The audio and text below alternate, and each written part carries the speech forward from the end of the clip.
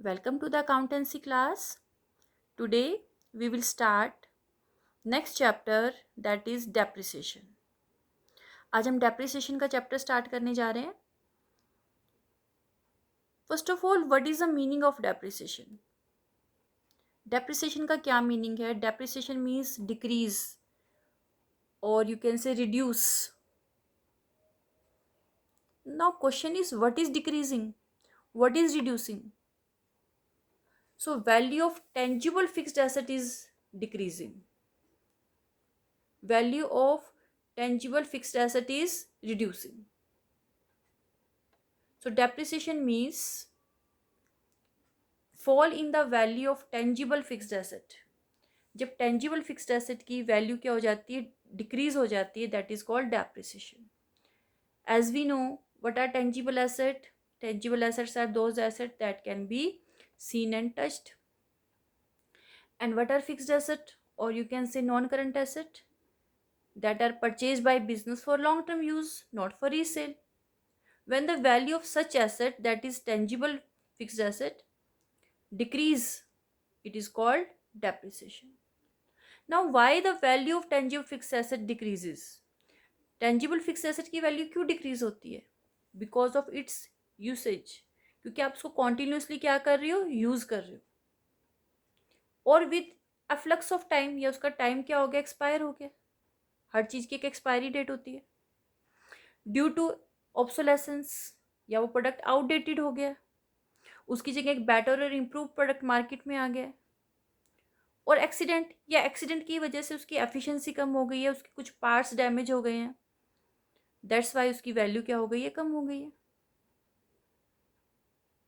So any reason can be there, but if the value of tangible fixed asset is decrease, तो that decrease in the value is called depreciation.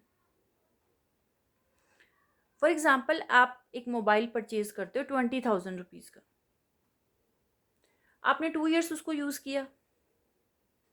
Now you want to sell it, आप उसको sell करना चाहते हो. You go to the same shopkeeper from whom you have purchased. आप उसी shopkeeper के पास जाते हो, उसी शॉप पे जाते हो जहाँ से आपने ये परचेज किया था, and you tell the shopkeeper that you want to sell the mobile phone, कि आप अपना मोबाइल फ़ोन सेल करना चाहते हो. तो how much the shopkeeper can pay? Shopkeeper said कि maximum I can pay 3,000 rupees, मैं इसके ज़्यादा से ज़्यादा 3,000 रुपीज़ दे सकता हूँ. You purchase it for 20,000, and after 2 years shopkeeper is saying कि वो मैक्सिमम इसके 3,000 रुपीज़ दे सकता है. Why? You will ask why. मैंने इसको 20,000 में खरीदा था, आपसे ही खरीदा था, और आज आप इसके 3,000 रुपीज़ दे रहे हो ओनली 2 years के बाद. Y it is so? Shopkeeper said, देखो आपने तो 2 years को कॉन्टिन्यूसली यूज़ किया, इसकी शो बिल्कुल ख़त्म हो चुकी है, कितने इस पे स्क्रैचेस पड़े हुए हैं, ये हैंग भी हो रहा है, ठीक है, और ये जो है अब ट्रेंड में नहीं है, इसकी डिमांड ही नहीं है मार्केट में इस मॉडल की. तो ये 3,000 में भी सेल हो जाएगा, तो वो भी क्या है, that is a big thing. तो 20,000 का मोबाइल खरीदा गया था, and after 2 years value is 3,000. तो how much value is decrease? 17,000 value is decrease. तो ₹17,000 इज द डेप्रिसिएशन. तो जिसकी उसकी वैल्यू डिक्रीज हुई, वो कितनी हुई? 17,000 रुपीज़ डिक्रीज हुई. तो ये 17,000 क्या है? Decrease in the value of mobile phone है, दैट इज डेप्रिसिएशन है. अंडरस्टैंड? सो डेप्रिसिएशन क्या है? टेंजिबल फिक्स्ड एसेट की जो वैल्यू डिक्रीज हो जाती है, उसमें जो फॉल हो जाता है, that is called depreciation. Depreciation is a permanent, continuing and gradual fall in the value of fixed asset. अब डेप्रिसिएशन क्या है? ये फिक्स्ड एसेट की वैल्यू में एक परमानेंट डिक्रीज हो रहा है. परमानेंट डिक्रीज होने का मतलब है कि इसके अब इंक्रीज होने के कोई चांसेस नहीं है इन फ्यूचर. कॉन्टिन्यूइंग, और ये वैल्यू कॉन्टिन्यूसली डिक्रीज हो रही है, ये नहीं एक बार डिक्रीज होकर रह गई है, कॉन्टिन्यूसली ये डिक्रीज हो रही है value. And how is decreasing? Gradually decreasing, slowly it is decreasing.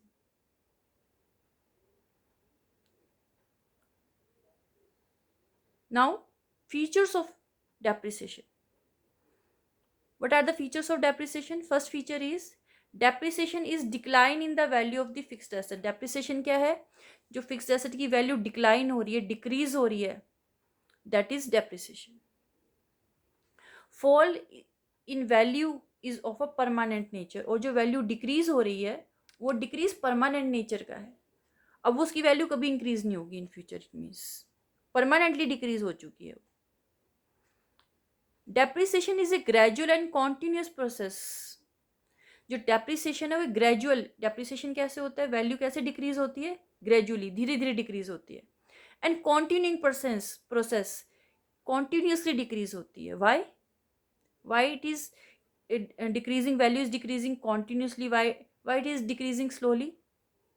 Because the value of asset will decline either by their constant use or obsolescence or expiry of time. अब value क्यों decrease हो रही है? क्योंकि आप उसको constantly use कर रहे हो या तो. ठीक है, किस लिए डिक्रीज हो रही है? कॉन्स्टेंटली आप यूज कर रहे हो उसको. ऑब्सोलेसेंस की वजह से आउटडेटेड हो गया प्रोडक्ट, या एक्सपायरी ऑफ टाइम की वजह से. इसलिए क्या ये सब काम कैसे हो रहे हैं? धीरे धीरे हो रहे हैं. आप कॉन्स्टेंटली धीरे धीरे उसको यूज कर रहे हो. ठीक है, इसलिए जो वैल्यू डिक्रीज हो रही है वो कॉन्टिन्यूसली हो रही है और ग्रेजुअली हो रही है.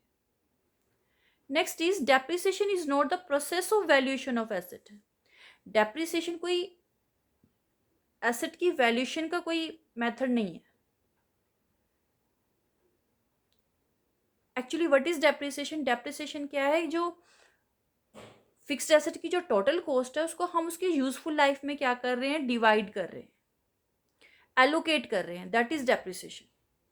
We are not don't want to assess the value of the asset. हम डेप्रिसिएशन के थ्रू क्या नहीं कर रहे हैं? वैल्यू असेस नहीं कर रहे हैं एसेट की.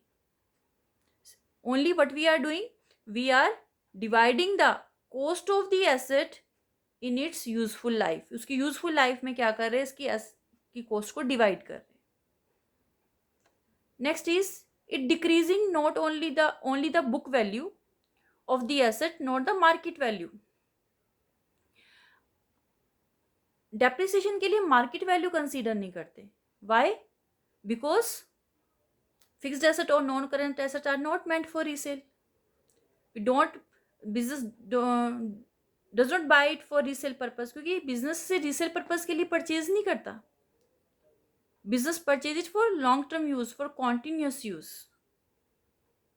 दैट्स वाई इसकी वैल्यू, बुक वैल्यू डिक्रीज हो रही है, ना कि इसकी मार्केट वैल्यू को कंसीडर कर रहे हैं. बुक वैल्यू मीन्स जो हम अपनी बुक्स ऑफ अकाउंट्स में इसकी वैल्यू शो करते हैं. तो ईयर टू ईयर क्या हो रही है? वो वैल्यू डिक्रीज होती जा रही है.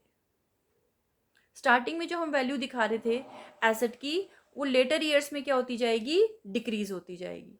वाई? क्योंकि हम उसको कॉन्टिन्यूसली यूज कर रहे हैं. The term depreciation is use in respect of tangible fixed asset. जो डेप्रिसिएशन वर्ड है, जो डेप्रिसिएशन टर्म है, वो ओनली हम टेंजिबल फिक्स्ड एसेट की वैल्यू में जो डिक्लाइन हो रहा है उसके लिए यूज करते हैं. इनटेंजिबल फिक्स्ड एसेट की वैल्यू भी डिक्रीज होती है, बट उसके लिए भी don't use the word depreciation. Depreciation word हम सिर्फ किसके लिए यूज करते हैं? टेंजिबल फिक्स्ड एसेट की वैल्यू में जो डिक्लाइन हो रहा है, फॉल हो रहा है. इनटेंजिबल एसेट की वैल्यू के लिए हम डिक्लाइन होने के लिए यूज करते हैं amortisation word. Okay, next is it is a non cash expense. Because asset की क्या हो रही है? वैल्यू डिक्रीज हो रही है. Any reason can be there why it is decreasing, but decrease तो हो रही है. और डिक्रीज होने से, अगर एसेट की वैल्यू डिक्रीज हो रही है तो बिजनेस के लिए क्या है? ये लॉस है, एक एक्सपेंस है. लेकिन ये ऐसा एक्सपेंस है जो नॉन कैश है. Non cash means we are not paying it to anyone. हम इसे किसी को पे नहीं कर रहे हैं. इससे कोई कैश आउटफ्लो नहीं हो रहा. Cash outflow means cash is not going out of the business. Business से कैश बाहर नहीं जा रहा, but value of the asset is decreasing. That's why we consider it as expense. And which type of expense? Non cash expense. तो these are the features of the depreciation. Now let us discuss causes of depreciation. What are causes of depreciation? Depreciation की causes क्या हैं? Why there is decline in the value of fixed asset? Fixed asset की value क्यों कम होती है? First reason is by constant use. Because हम उन assets को constantly use कर रहे हैं business के अंदर. एक मशीनरी आप उसको constantly use कर रहे हो. मशीनरी को constantly use करने से क्या होगा?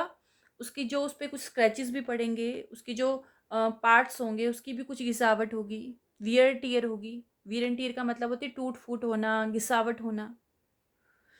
तो जब हम किसी नॉन करंट एसेट को, फिक्स्ड एसेट को कॉन्स्टेंटली यूज करते हैं, कॉन्टिन्यूसली यूज करते हैं, तो उसका वियर एंड टीयर होता है, और वियर एंड टीयर से उसकी वैल्यू डिक्रीज हो जाती है.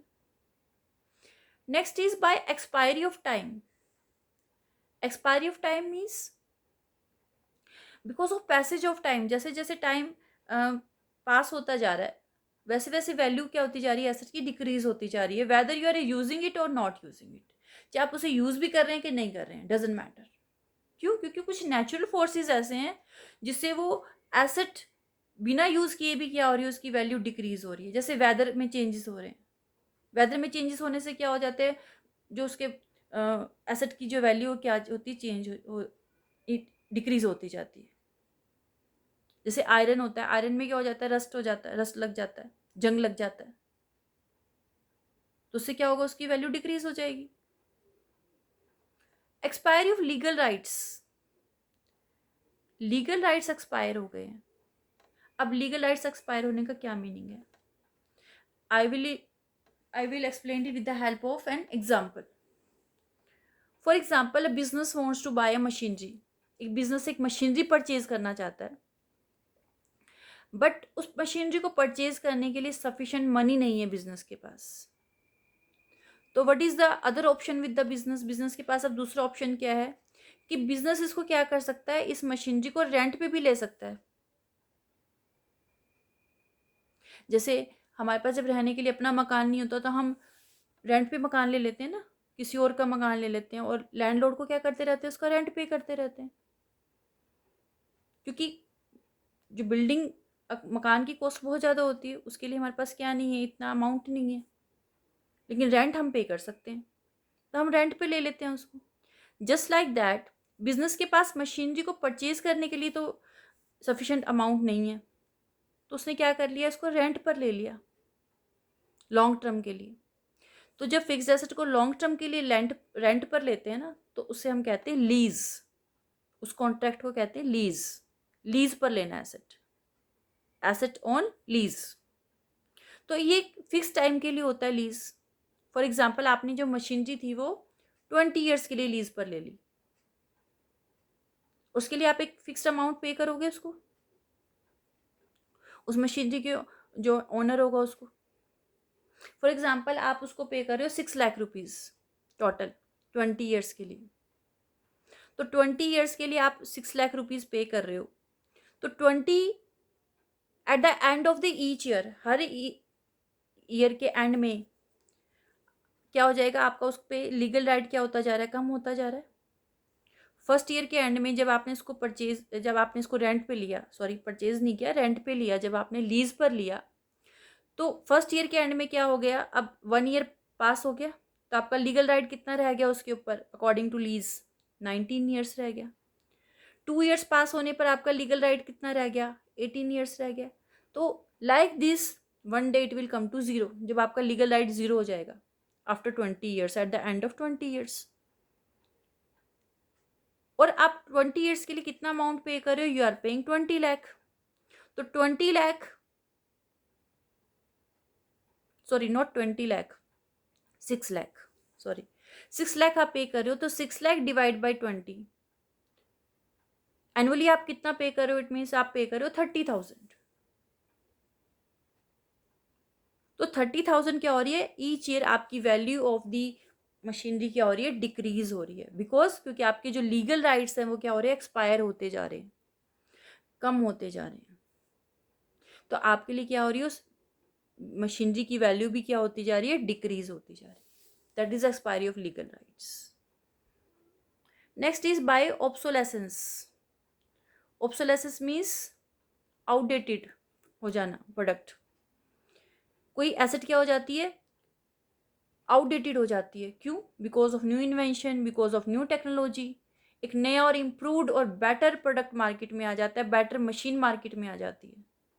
तो वो जो पुरानी मशीन थी उसका प्लेस ले लेती है. जैसे मोबाइल फ़ोन्स है, पहले कीपैड वाला मोबाइल फ़ोन आता था और फिर टच स्क्रीन स्टार्ट हो गया.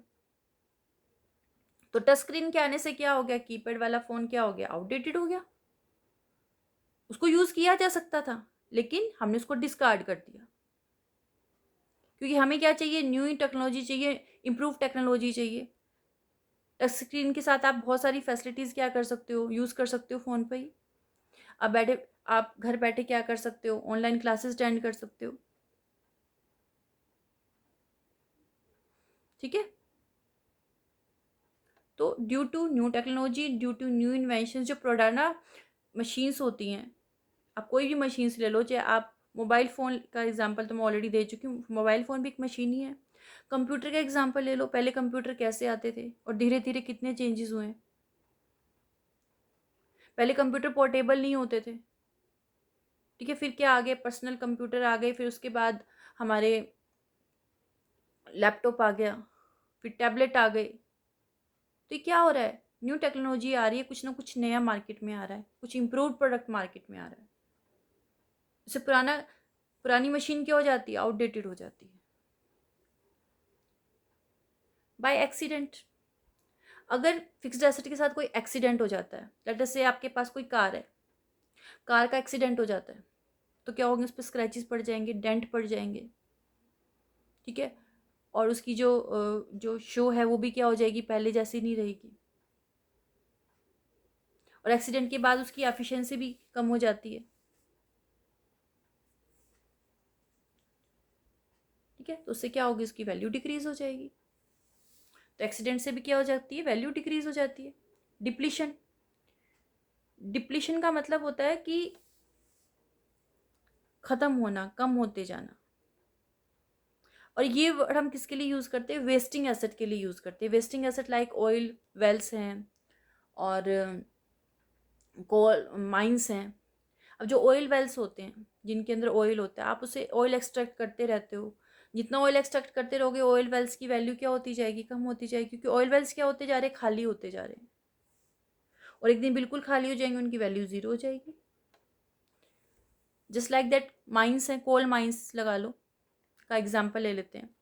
आप उनसे कोल निकालते जा रहे हो, तो जितना जितना कोल्स आप बाहर निकालते जाओगे, उन माइंस की वैल्यू कम होती जाएगी. और एक दिन क्या हो जाएगा, उसमें से कोल बिल्कुल ख़त्म हो जाएगा, तो उसकी वैल्यू ज़ीरो हो जाएगी.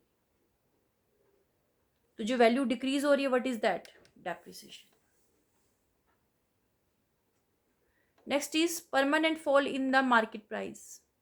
Although we don't consider the market price, हम मार्केट प्राइस को कंसिडर नहीं करते हैं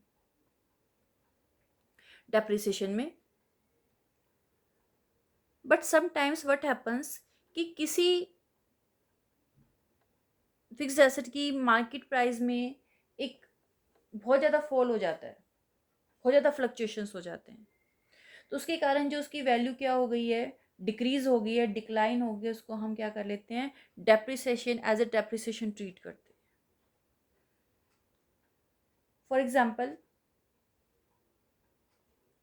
इन्वेस्टमेंट, हमने कहीं इन्वेस्टमेंट्स की हुई हैं, या हमने किसी की किसी जगह किसी की इन्वेस्टमेंट्स हमने परचेज कर रखी हैं कुछ,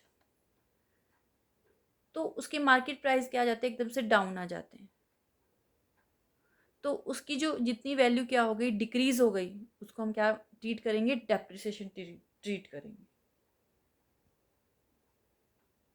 तो sometimes such fluctuation we also consider as depreciation. तो this is all about meaning, features and causes of depreciation.